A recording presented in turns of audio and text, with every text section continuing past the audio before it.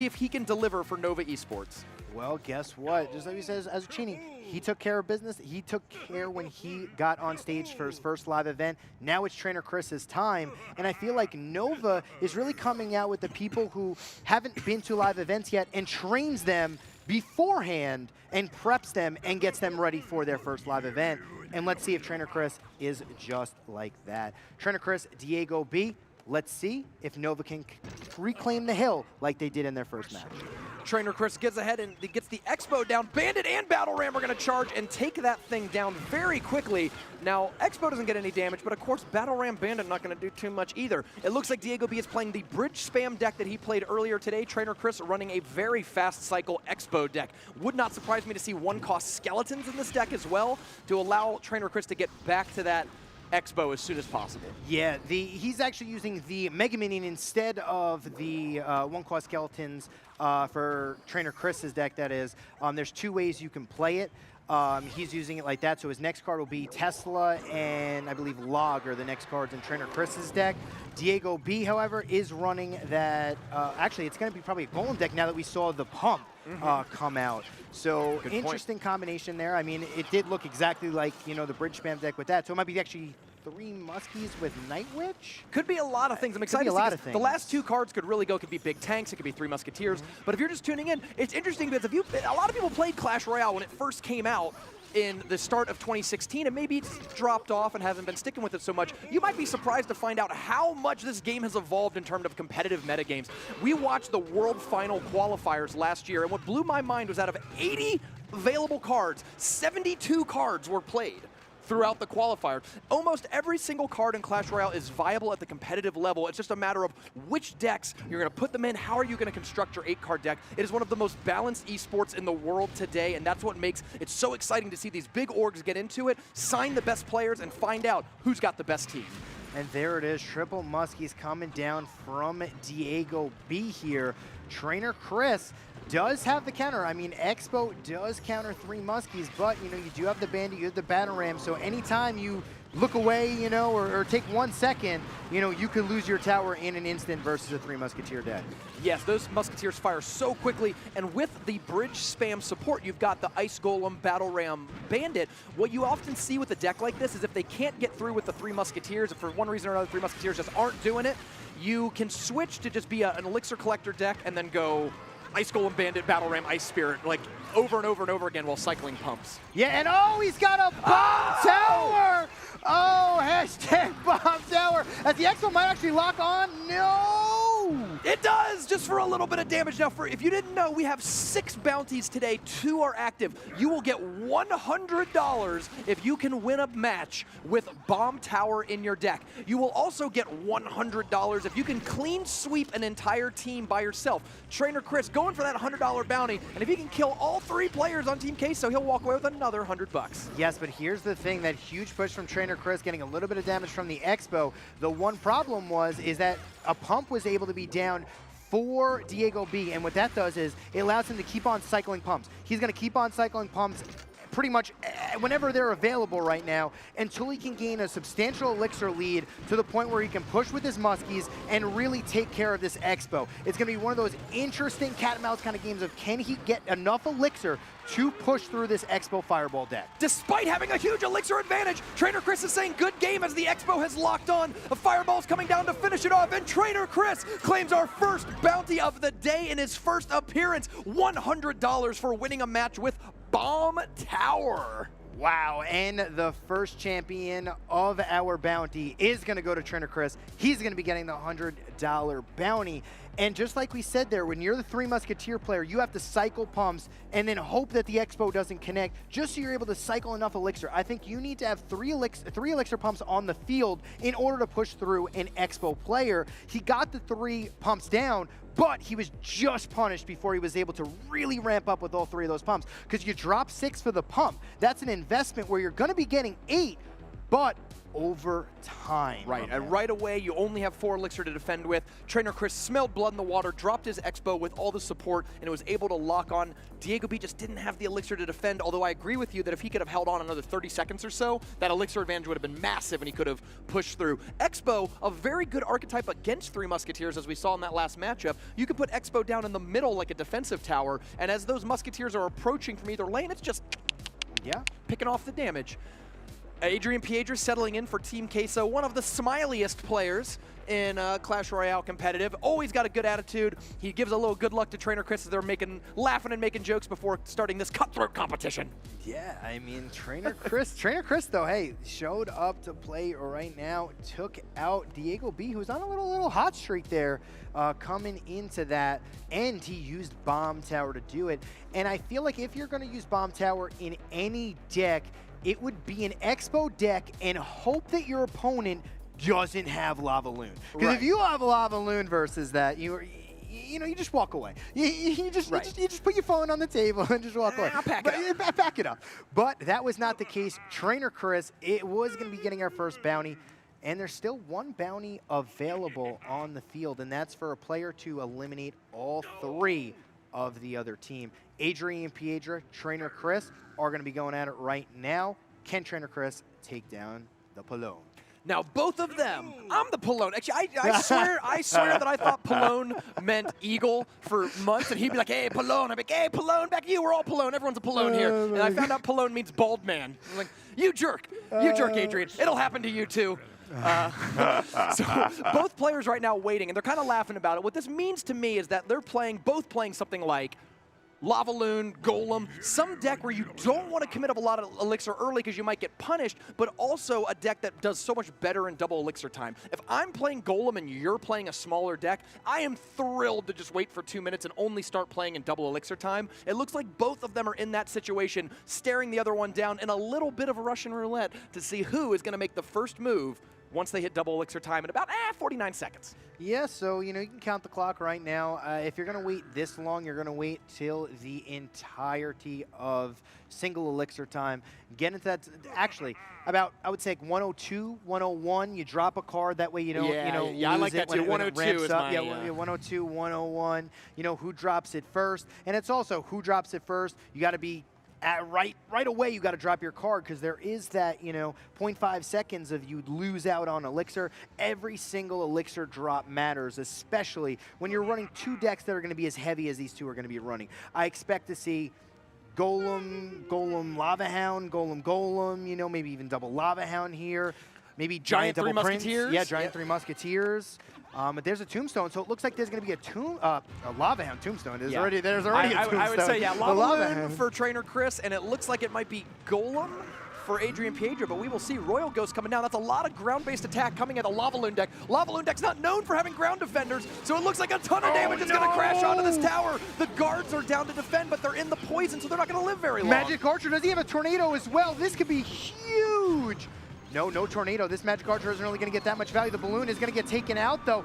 Can he take out the tower in time? That's the question. Keeping the pressure on. Flying Machine there is going to be cleared out by the poison, but another Lava Hound is already there to chip more damage. Even though Adrian Piedra has the elixir advantage now, or the damage advantage now, he just lost it from that Lava Hound.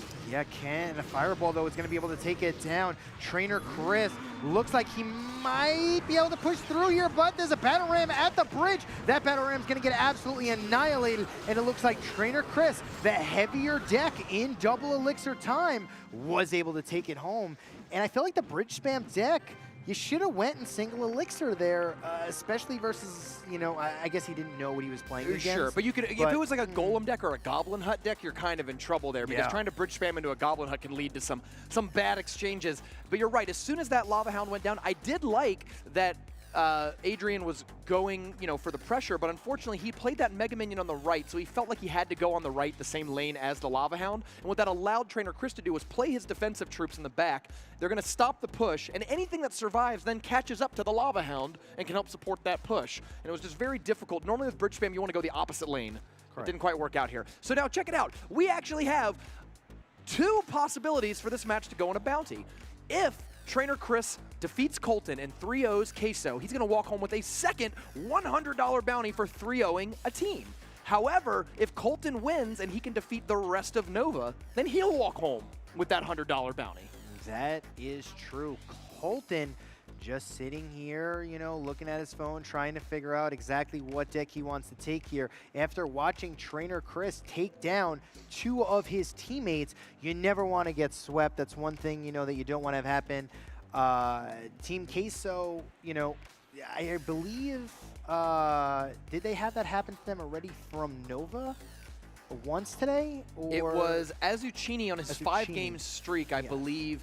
He was the last one standing for Nova and defeated. Oh, he took down 2. He took down 2, I believe, right? I think he took out all of Queso. No, he took out all of Queso and 2 out of 3 of Liquid, and then McHugh knocked him off. Yeah, so a huge run from him. I'm sorry, Immortals. I'm sorry, Immortals. Immortals. So, new players signing with new teams all the time. I got to keep my notes. But you're right. No. He wiped out all of Queso, 2 out of Immortals, then McHugh won, and then Liquid came in and took out Immortals. Correct. Can Colton take down Trainer Chris? That is the question. Or will Nova reclaim the hill and get that 3rd point that you said earlier, really separating them from the pack? There's a lot of money and power on the line here, because if Trainer Chris wins and gets that $100 bounty for clean sweeping a team, that also means that Nova is going to go into the next matchup against Immortals with all 3 of their players. You really don't want to lose any players, because you know that when the next team comes up, they are at full power, and they may have even made a few substitutes to improve their performance against you, so you really want your full roster. You can't substitute if you are on the hill. If you're defending it, you got to stick with the teams. But these other teams that are coming up on the hill, they may switch out their rosters. Yeah, and it looks like there's a Dark Prince coming out on the right-hand side from Colton. Trainer Chris going to have, ooh, it looks like an Expo from Trainer Chris. This time he switched up. This time it is going to be the 1-cost skeleton quick cycle Expo deck that you were alluding to earlier. I believe this one's a little bit more popular than the Mega Minion one. But nevertheless, the Mega Minion one works a little bit better versus a Lava Hound or an Aerial Assault. So it kind of depends, who do you think you're going up against, is kind of that question. Colton is running an archetype we haven't seen too much of today, Double Prince. Prince came out at the game's launch. Dark Prince was the first card released in the global launch update. It was like they added 6 new cards. Dark Prince and Poison were in that group. And the Double Prince archetype was very popular for a long period of time because both of them charge. Dark Prince does splash damage. Prince does really high single target damage. So when they're combined, it's really hard to decide what to put in front, because whether a single tank or a swarm, they both will crash into it and do a ton of damage. Yeah, and there was the P.E.K.K.A. Double Prince deck that was huge back in the day. Now, not so much P.E.K.K.A. Double Prince, but there is a Golem Double Prince, and Colton is going to be playing that. When you mentioned earlier that you used to play a ton of Sparky until Mega Minion came out and that really kind of ruined your Sparky dreams, I feel the same way. I remember playing Double Prince along with like a Lumberjack. It was a really aggressive, almost like the original Bridge Spam style deck. And I remember playing against Pompeo in these like 15K tournaments. I was doing pretty well. I thought I might be like something big in this game, but then Mega Minion came out, and suddenly I just didn't have a good way to get rid of it, and it destroyed all of my Double Prince dreams. Yeah, I mean, the air was not that prevalent in the beginning of the game. There wasn't that many air troops. All you really had was like minions, you know, Baby Dragon and a Lava Hound. You know, it's kind of all you had. But then, now as the game evolves, you know, as you see, and the players get better, you know, new cards come in, and like you said, the Mega Minion was a huge change, and these little card interactions make a huge difference. But look at this, and Expo connects on the tower, doing a little bit of damage. Can Trainer Chris cycle Expos fast enough to get past the Golem, the Prince, and the Dark Prince that are going to be, you know, big, beefy ground units like we were alluding to? Deal with it. He doesn't have, you know, that Mega Minion or anything really to easily clear it out. The 1-cost skeletons, as they do good work for the Prince, as you said with the splash of the Dark Prince, he clears them out in one swing. And that's what makes this such a difficult matchup for Colton, trying to get in, like actually had his golems at the tower. Yeah, you got Golem against Expo, and that's really good. You got the tanks, but as Trainer Chris can go Skeletons, Ice Spirit, Ice Golem, Archers, Tesla over and over and over and over again, that's a really cheap cycle with a lot of defensive cards that makes it really hard to get through with any push. Yeah, and Colton with that Elixir lead right there just tried to go all in, dropping that Mega Minion at the bridge, who really didn't do anything, got fireballed down. And now, you know, kind of evens out. Trainer Chris is back on his feet. Let's see if he's able to stop this, though. This is a golem at the bridge with a Prince behind it. Now you got the Dark Prince. Beautiful kite there from the Ice Golem. But just like we said, Dark Prince cleared out all those skeletons in one swing, and the Mega Man's going straight for the tower. The double Princes are going to cut over and take out that Expo, stopping the offense. Good game comes out of Trainer Chris as the Mega Minion Golem are locking on. Trainer Chris's 3-0 sweep is coming to an end at the hands of Colton Wall. Team Queso has one player left, and now Colton is in the hot seat for seeing if he can sweep Nova and take that $100 bounty. Yeah, Colton getting that victory. You know, when you have a Golem and a double Prince deck, you pretty much want to play an Expo deck, you know.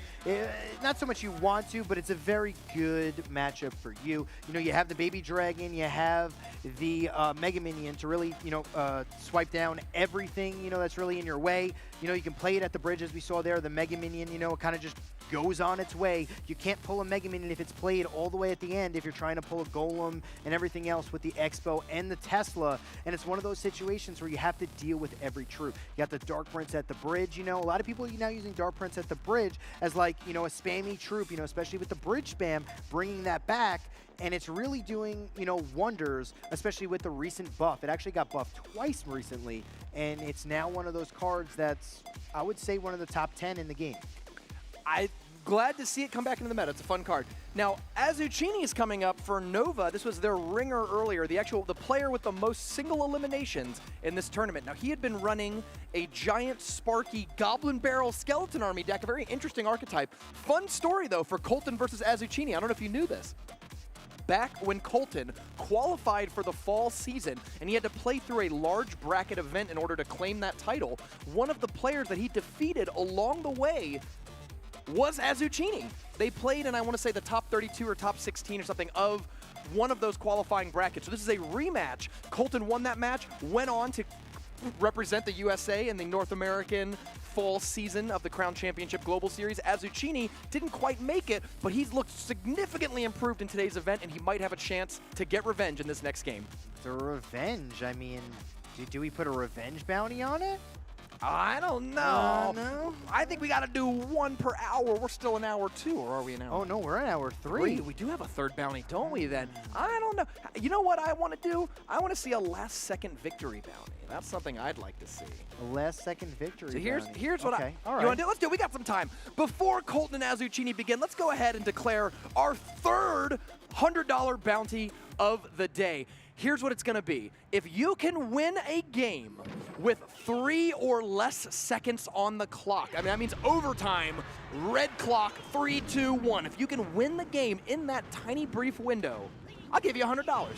And you cannot stall out the game to make that happen. Ooh, all right, in chat. Yeah, you can't add that stall it. You can't stall out the game to make that happen. I was thinking that's the fun. No. That would happen in the first game. 100%. I would wait, and that'd be like, Zach, all right. It's over. So you have to naturally have it happen. We will be the judges You'll of be it. the judge, all right. All 3 of us, when Woody comes in as well, you can be the judge as well. Whoever naturally wins 3 seconds with 3 seconds or less will be getting $100. Because dang, man, if I heard that, I'd be like, yep, I'm waiting. I'm waiting. We'll throw emotes. You're going to split it with, you're going to collude? Yeah, collude. We'll both take home 50, just let's hang out. Yeah, you're right. Game, So you got to naturally win. I'll give it to you, though. If there's 5 seconds left and you wait 2 seconds and then zap for the win, I'll give it to you. I'll give it to you. Yeah, that's fine. You can't drag it out for 30, 40, 50 seconds. No. Got it. No. If it's like 15 seconds where you're just sitting there on the zap and everybody knows you have it and you're just, you know. Maybe. All right. That's fair. Fair bounty. We're starting to get real complicated bounties here. Yeah, Hour 3. Hour 3. I mean, as it goes on, it gets a little more complicated. So Colton is running Golem this time. Colton, a big fan of Golem. We got Golem, Baby Dragon, Mega Minion. It looks similar to the double Prince deck we saw earlier. We'll see if Dark Prince is also making an appearance in this list. It will be in this list, and this is with the Tornado now. So he's going to try to rely on the Tornado to tornado everything in and get a really good splash on, you know, a couple of units, and then really take down the tower on the left-hand side. It easily pulls in Electro Wizards, it pulls in, you know, Flying Machines or Mega Minions, really into the blast of either a Baby Dragon or a Dark Prince to really clear things up. And there it is, the Dark Prince on the left-hand side at the bridge, which you'll be seeing more and more of as it got buffed, as it got a little bit of extra health. And still 2 cards remaining in Colton's deck. We've seen 7 out of 8 in Azucini's. Azucini's, that last card is probably, what, a P.E.K.K.A, you think? I mean, it looks like maybe it would be a Flying Machine or a P.E.K.K.A. It's a very defensive style deck, very popular deck in the metagame, although there's a million varieties. This is the graveyard deck. This is the quick.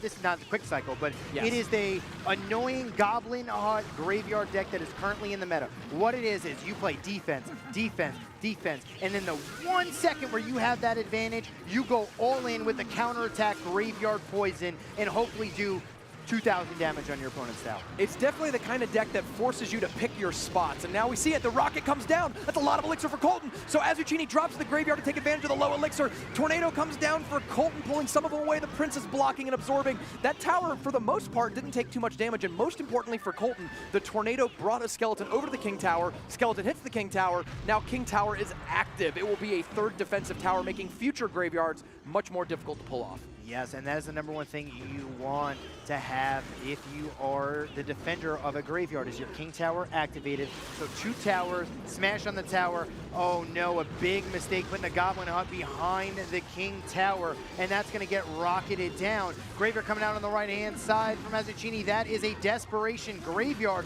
Dark Prince is going to easily be able to take off that. He's got a Golem. That Golem is on the Goblin Hut. There's the Tornado. Tornadoing everything into the Baby Dragon.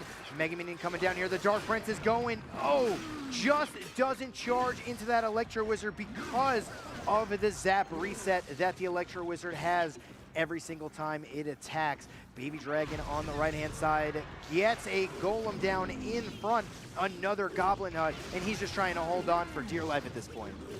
Yeah, Colton is really trying to keep that pressure going because as long as he can keep the fight going on Azucini's side of the board, well, that's that much less damage that's going to be coming onto his triple-digit tower. Yeah. Guards coming down, though, still doing some insane work. Guards are such a tough defensive troop. Yeah, and here it is. Can he get the Mega Man on the tower? No, it's just such a slow troop. But here comes a Prince on the left-hand lane. Is he going to be able to get it down in time? No, but the Baby Dragon is going to get stopped as well. 1:30 seconds left. And guys, let us break down the tiebreaker rules if it does go into a tiebreaker. It is going to be total tower damage done is the tiebreaker. So whoever does the most damage to all the towers combined is going to be the winner of the match. There is no ties for today. And we have 4 towers, all with a little bit of damage. So we're gonna have to do some quickie math if this goes for another minute, but we got 62 more seconds of double elixir time, and a lot could change in that. We have a huge push, double Prince push coming through as Dark Prince is clearing out the remainders. Baby Dragon's onto the tower with 2 Princes charging. This might be it right here. Colton is gonna take out Azucini and hold Team Queso's spot on the hill for at least 1 more game. Yes, and not only will he hold the hill, he is now in position to get the $100 bounty of clearing out a team all by himself. So 1 more win for Colton. He's going to go home with $100. Trainer Chris has already claimed 1 of the bounties today. There's going to be 6 total. 1 already claimed, 2 are active right now, 3 yet to be announced. So the 2 active bounties right now are defeat an entire team by yourself, something that Colton is just 1 game away from doing, and win with 3 seconds are left on the clock in overtime. So 3 seconds away from what would be a draw, then you pull it out. That's $100 in your pocket. Can't stall, though, and chat to the judge on that one. Yeah, so in double elixir time, so if there's 3 seconds left on the clock for the game to end, you win within that little window, or in overtime with 2 seconds, 3 seconds left into the game, you are going to go home with that $100 bounty. And, I mean, here comes Razer, though, from Nova. Actually, he actually first got his start from adult when he was back in the day. A team Glad close to your heart. Yeah, so he was one of my players back in the day. Great player, love him. And I hope he continues his success with Nova. And he first started out, got his first 3 victories in a row to sweep Tribe to start out the day. And let's see if he can take down Queso and Colton right here. Or is Colton, like you said earlier, going to get our first or second bounty of the day? It's going to be sweeping a team, and Colton currently took down 2 Nova players. And you can see under their names next to the team, they both have 1 left. We are at El Ultimo Hombre, last man standing for both teams. So whichever wins will be pretty much solo against Immortals as they take the stage. Yes, and we just got word that Immortals will be the next team that will be coming on the stage to play the winner of this match. It's going to be Sxsw versus either Colton or Razor. Both would be really exciting matchups. Colton and McHugh did play a bit in the fall season as they were both members of the Crown Championship Top 10. Razor, I don't believe, has ever fought McHugh in competitive play, at least not on a live stage environment. So that would be a really interesting first time. That's what we're here for. Yeah. I want to see these top players from all the top teams. I want to see dream matchups all day. So as long as I get to watch all-star matchups, EU versus NA, up and down the field, I'm thrilled. Well, here comes a giant Prince, Baby Dragon on the right-hand lane. It looks like there's going to be a 3-crown base race right now, and Colton is totally okay with it. Mega Minion, though, is it going to be able to clear out the Baby Dragon in time? Yes, it will. There's no answer for that. He's got the okay, all right. All right, there's going to be a 1-for-1. Is it? I'm not sure. The Prince goes down. That Mega Minion survived with just a sliver of health, and it has proved to be such a tough card to deal with. It doesn't die to Fireball. Doesn't die to poison. You could lightning it, but it only costs 3, so it's not a good elixir trade to do so. And Rocket, same deal. So there's really not anything out there that has consistently been able to remove a Mega Minion on defense, and that's why it's become the focal defensive troop in so many decks, including both of the ones in this game. Yeah, I mean, a Baby Dragon just doesn't do enough, and if you have a Log as your spell instead of a Zap, Baby Dragon's not going to be able to best a Mega Minion. As you saw there, took it out, and then now you have another Lava Hound Baby Dragon coming in for the Lava Hound. Lava Loon coming in on the left-hand side to go for a triple. Yeah, Mega Minion matches up really well against Baby Dragon. Baby Dragon is not meant to fight single target troops. It's just not. Like, it does splash damage. It doesn't have a ton of health.